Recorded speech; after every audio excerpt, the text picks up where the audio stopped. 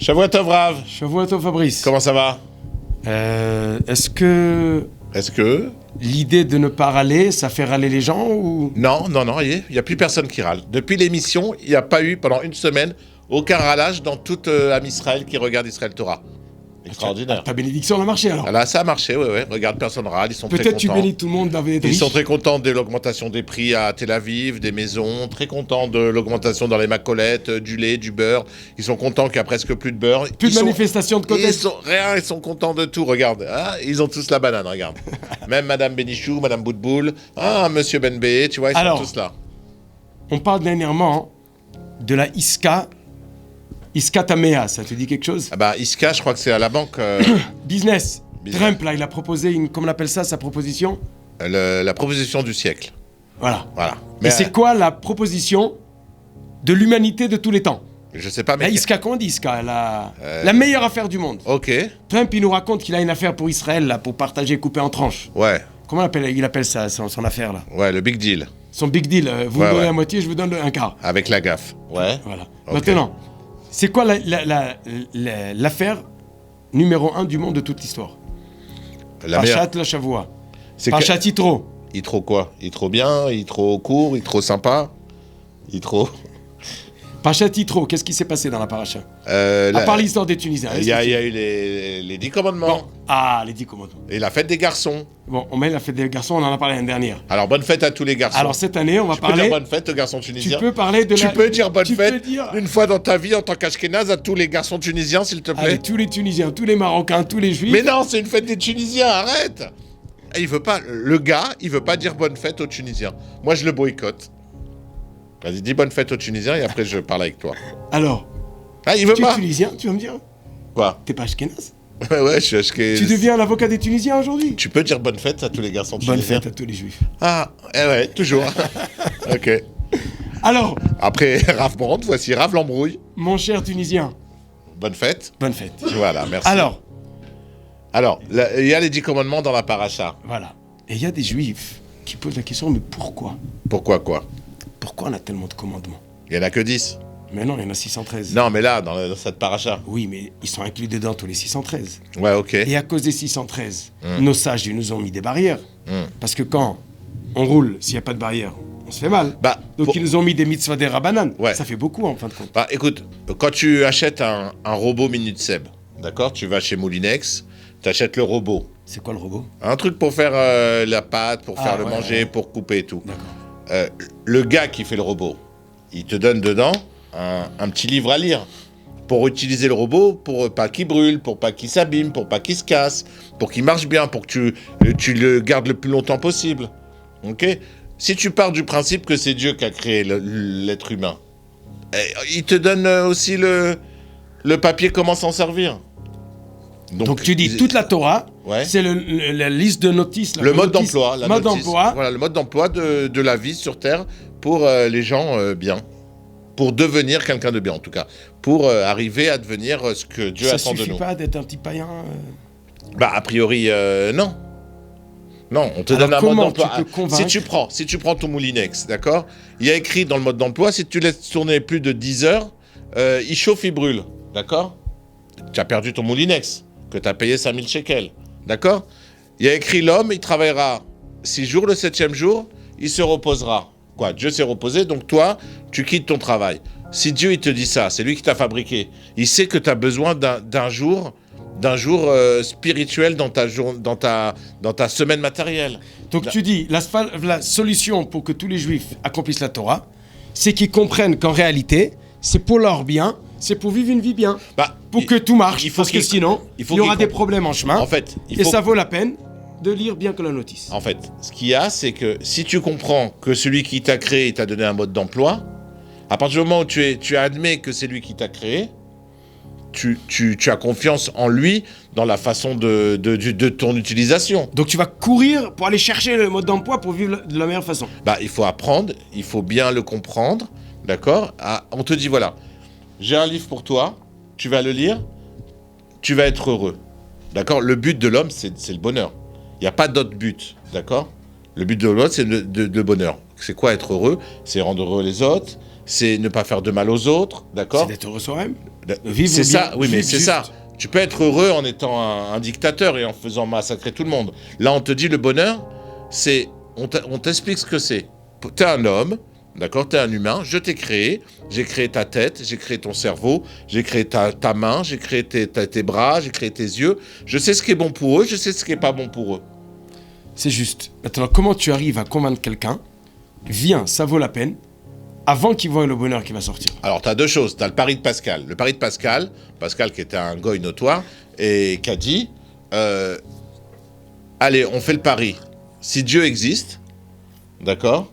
Moi, je vais appliquer la Bible. C'est marqué dans la page de Shavua, Pascal ? Non, c'est pas la page de Shavua. Mais il a fait un pari. Et il a dit, bon, allez, qu'est-ce que je perds ? Si Dieu existe, je vais respecter la Bible. Ouais, mais d'accord ? Je peux pas faire ce que je veux, je peux pas manger de non, ce que je veux. Oui, mais bon, est-ce que le jeu, il a la chotelle ? Si vraiment, c'était le Créateur qui t'a demandé qui t'a donné la Bible et qui t'a dit d'appliquer les choses, tu gagnes dans ce monde, puisque et dans l'autre monde. Et dans l'autre monde. C'est tout. Et après, si tu veux gagner que dans ce monde et faire l'inverse de tout ce que tu as en pensant que c'est bien pour toi de ne pas faire ce qui est écrit, alors, et tu vas perdre dans ce monde parce que tu passes à côté. Et en plus, tu perds dans le monde d'après puisque tu es un païen. Bon, très très jolie explication. Tu as très bien expliqué ton point de vue. J'ai eu 15 sur 20 en philo au bac grâce à Pascal. Et j'espère que beaucoup de juifs vont commencer à accomplir la Torah grâce à ce que tu dis. Grâce à Moulinex. La Torah selon Moulinex. Tu me diras, Rav Brandt, Moulinex, c'est la... Alors, on les trouve tous chez Darty. On va voir, dans la paracha, quelle est la phrase que Akadosh Baruch Hu dit à Moshe.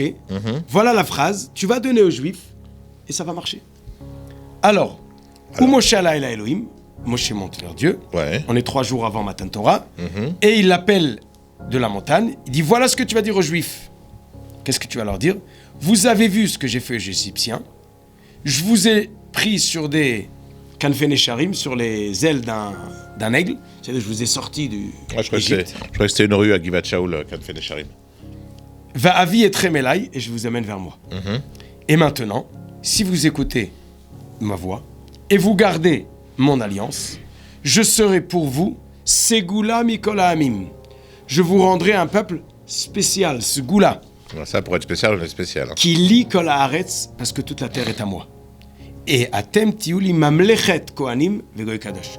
Vous serez un royaume de Kohanim, de prêtres, et un peuple saint.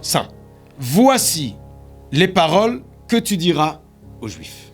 Donc, tu vas voir les Juifs, tu leur dis, écoutez, j'ai un plan à vous proposer, un business plan. Voilà. Celui qui nous a créé, c'est ce qui a écrit.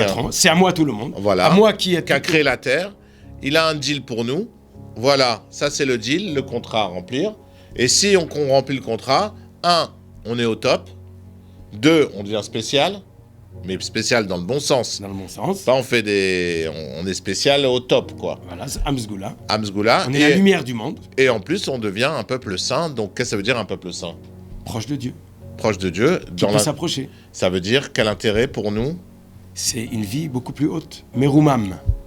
Et est-ce qu'on approche du bonheur ? Ah oui, puisque tu es haut, plus tu es proche du Créateur. Ouais. Plus le Créateur, il te dit, regarde, tu fais ce que je te demande. Je te rends un peuple élu. Tu es proche de moi. Tu es mon peuple. S'il est à côté du banquier... Donc là, dans cette phrase, il y a une condition. Si on fait ça, on est le peuple élu. Mais on ne connaît pas encore les conditions. D'accord. Puisque Matan Torah n'a pas encore été donné. Oui, mais on connaît Dieu. Donc avant Matan Torah, avant que je te donne la liste des obligations, tu dis, c'est mon cher ami. C'est ça. Tu vas être prince, ministre, invité dans la maison du roi. C'est ça. Tu es dans une pièce, tu sors de la pièce, tu as des gens dehors, tu dis, écoutez, rentrez dans cette pièce, je vais vous expliquer comment vous allez devenir des princes des rois. Mais avant ça, si vous allez accomplir ce que je vais vous dire, vous êtes les invités, vous allez habiter chez le roi, vous allez être le peuple élu, le peuple spécial. Pas mal. D'accord ? Donc maintenant, si un juif te dit, dis-moi, je donne un exemple, pourquoi ne pas manger ? La maman, elle dit à son fils, on ne mange pas avec les doigts, c'est pas poli. Mange avec la cuillère et la fourchette. Dis pourquoi ? Je peux manger comme ça. Dis parce que t'es pas un chat, t'es un homme. Ouais.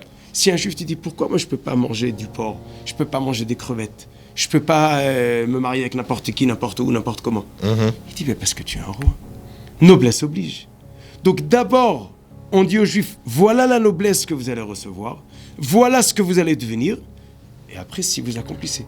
Pour arriver à cette noblesse, il faut respecter les règles de la noblesse. Mais Akadosh Baruch Hu, avant de nous dire tu dois ci, tu dois ça, il nous montre où on va arriver.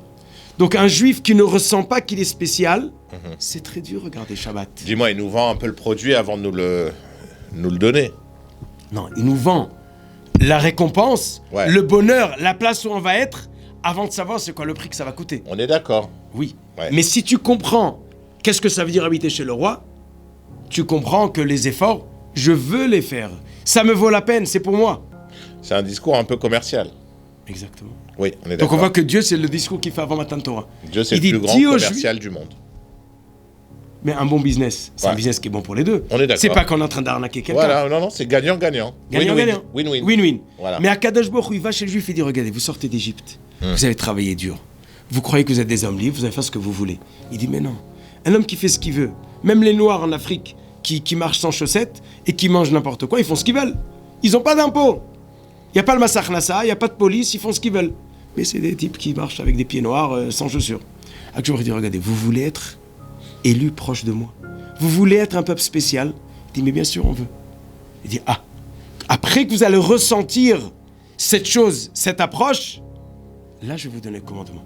Vous allez être obligé, mais c'est beaucoup plus facile. Ok, je vous donne la noblesse, mais c'est livré avec les règles de noblesse. Voilà. C'est beau. Voilà ce qu'Akadosh Baruch Hu nous propose avant la Torah. Le deal du siècle, mieux que Trump. Hein. Là, on ne se fait pas avoir. Trump, son problème, c'est quoi? C'est quoi? qu'il fait avec un deal avec nous, quoi. Il veut qu'on partage Israël, pourquoi? Oui. Mais Dieu nous a donné tout Israël. Parce que nous, on ne fait pas le Im Shamwa Tishmou Bekolo. Si nous, on n'accomplit pas tout ce que Dieu nous a demandé, donc on n'est que des demi-nobles. Ouais. Donc les demi-nobles. Ils ont demi-Israël. Demi-Israël. Voilà, ok. Donc Trump, il nous vend une bonne marchandise dans ses yeux. Ouais. Mais nous, si on a des meilleurs yeux et on écoute bien la Torah cette semaine, on achète le business de Dieu directement. Bon, en tout cas, Trump, il est plus sioniste que tous les présidents d'Israël. Hein. C'est fou, hein. C'est lui qui a proposé le plus pour nous, hein, jusqu'à maintenant. Tu sais pourquoi? Alors, pourquoi? Parce que il a dit une blague très difficile, Trump. Il a rencontré des juifs américains laïcs, et il leur a dit, dites-moi, quelle est la différence entre moi et vous? Comme ça, Trump, il demande à des juifs laïcs en Amérique l'année dernière. Ils disent, que nous, on est juifs, et toi, non? Il dit non. Il dit que moi, j'ai des petits-enfants juifs, et vous n'aurez pas. Ah, cassé.